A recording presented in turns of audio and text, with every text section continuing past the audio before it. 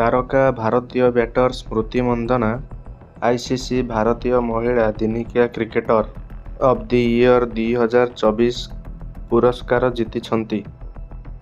28 ବର୍ଷୀୟ ମହିଳା ବାମହାତୀ ଓପନିଂ ବ୍ୟାଟର ଗତ ବର୍ଷ ଭାରତୀୟ ମହିଳା ଟିମ୍ ପାଇଁ 13ଟି ଦିନିକିଆ ମ୍ୟାଚ୍ ଖେଳିଥିଲେ ଏବଂ 4ଟି ଶତକ ଏବଂ 3ଟି ଅର୍ଦ୍ଧଶତକ ସହାୟତାରେ 747 ରନ୍ କରି ସର୍ବାଧିକ ସ୍କୋର ଅଧିଗ୍ରହଣ କରିଥିଲେ।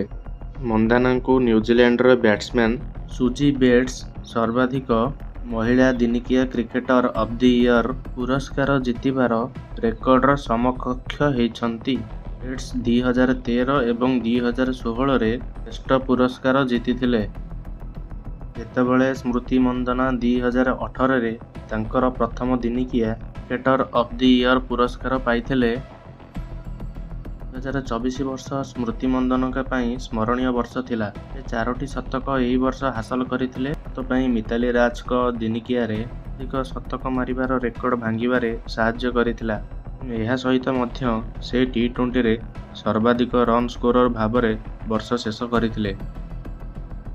ମନ୍ଧାନା ଶ୍ରେଷ୍ଠ ମହିଳା ଦିନିକିଆ କ୍ରିକେଟର ପୁରସ୍କାର ଜିତିବା ପରେ ଖୁସି ପ୍ରକାଶ କରି କହିଛନ୍ତି, ଏହି ପୁରସ୍କାର ପାଇ ଆଇସିସିକୁ ଧନ୍ୟବାଦ ଦେବାକୁ ଚାହୁଁଅଛି।